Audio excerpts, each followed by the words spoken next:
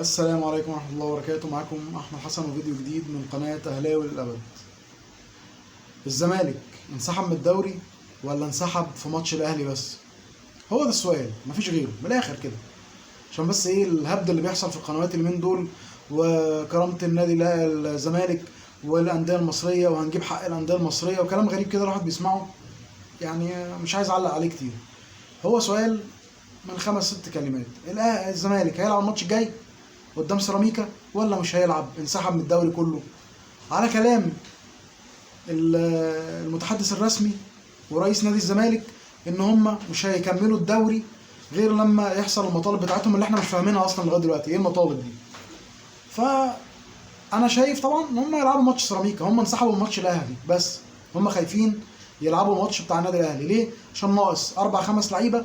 قال لك بس احنا هندخل نشيل 4-5 وهنتفضح قدام الجماهير والجماهير هتنفخنا، فنعمل الشويتين بتوعنا والتمثيليه اللي حصلت دي ونفذوا لنا الطلبات بتاعتنا والكلام ده. لكن انت نادي ضعيف، انت نادي ضعيف، محدش هينفذ لك طلباتك. انت مش نادي قوي عشان الوزير بنفسه يروح يقعد مع رئيس ناديك في فيلته، يروح له لغايه عنده ويقعد في فيلته ويقول له لا لازم ترجع في قرارك وانت اهم حد في الدوري. انت مش نادي قوي، انت نادي ضعيف. ده مش شهادتي انا بس، ده شهاده احمد عفيفي واحمد حسام ميدو وكل الناس ان انتوا فريق ضعيف مش جامد، والاهلي هو الطب وهو اللي جامد عليكم. فخلاص يا جدعان ريحوا دماغكم، انتوا كومبارس. يعني انتوا كومبارس في الدوري المصري وكومبارس في الكره المصريه بوجه عام. انتوا المنتخب المصري ما بياخدش من الزمالك الا 1 ولا 2 ولا 3 بالكتير، وباقي القوام بتاعه محترفين واهلي. يبقى في الملعب فيه على الاقل 6 من الاهلي و2 3 محترفين وواحد من الزمالك. ده قوام المنتخب المصري وكل المنتخبات كده. فما توجعوش دماغنا، بطلوا هبد. يعني ايه فرق بقى ما بين لبيب وضاضه؟ ما هما الاثنين شبه بعض. اي فريق، اي رئيس نادي بيجي نفس البتاع ده، بيجي نفس القصه بنفس الكلام، ما بيحصلش جديد عندكم. فبطلوا هبد يا جماعه، الله يبارك لكم، لانها مش ناقصه هبد. انا شايف الزمالك هيلعب ماتش سيراميكا وهيعمل حنفي، هيرجع حنفي للمره ال50. هو بينسحب قدام الاهلي بس ما يقدرش يلعب ماتشات الاهلي، بيخاف. يعني اللعيبه قبل ماتش النادي الاهلي ده بيبقوا مستخبيين تحت السراير وبيعيطوا.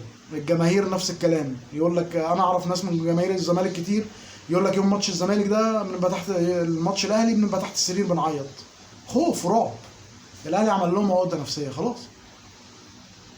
فالزمالك هو ده السؤال، هتلعب الماتش الجاي يبقى انت كنت خايف من النادي الاهلي عشان كده ما لعبتش قدامه وهتكمل والهبد هيشتغل وخلاص. فين بقى الكرامه وفين حق الانديه المصريه وفين هنرجع الكره المصريه لمسارها والكلام العبيط اللي انتوا بتقولوه في الاعلام؟ يعني مفيش حاجه هتحصل طبعا. كل الطلبات اللي انتوا طلبتوها في شنك فيك ملهاش لازمه، محدش هينفذ لكم حاجه. انتوا كومبارس، افهموا بقى. والله العظيم لو فهمتوا هتريحوا كجماهير واعلاميين ولاعيبه ان انتوا كومبارس. خلاص الموضوع سهل. في بطل هو اللي بيشيل الفيلم كامل وفي كومبارس هو اللي بيتضرب. انتوا اللي طالعين بدور الكومبارس، هنعمل لكم ايه؟ عايزين تعيشوا في دور البطل مش عارفين، ما عندكوش القدره وما عندكوش امكانيات وما عندكوش اي حاجه. فما تقرفوناش معاكم.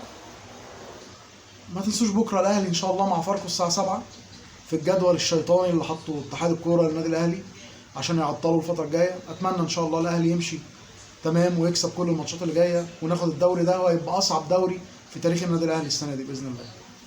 اشوفكم على خير في فيديو جديد مع اهلاوي للابد. السلام عليكم.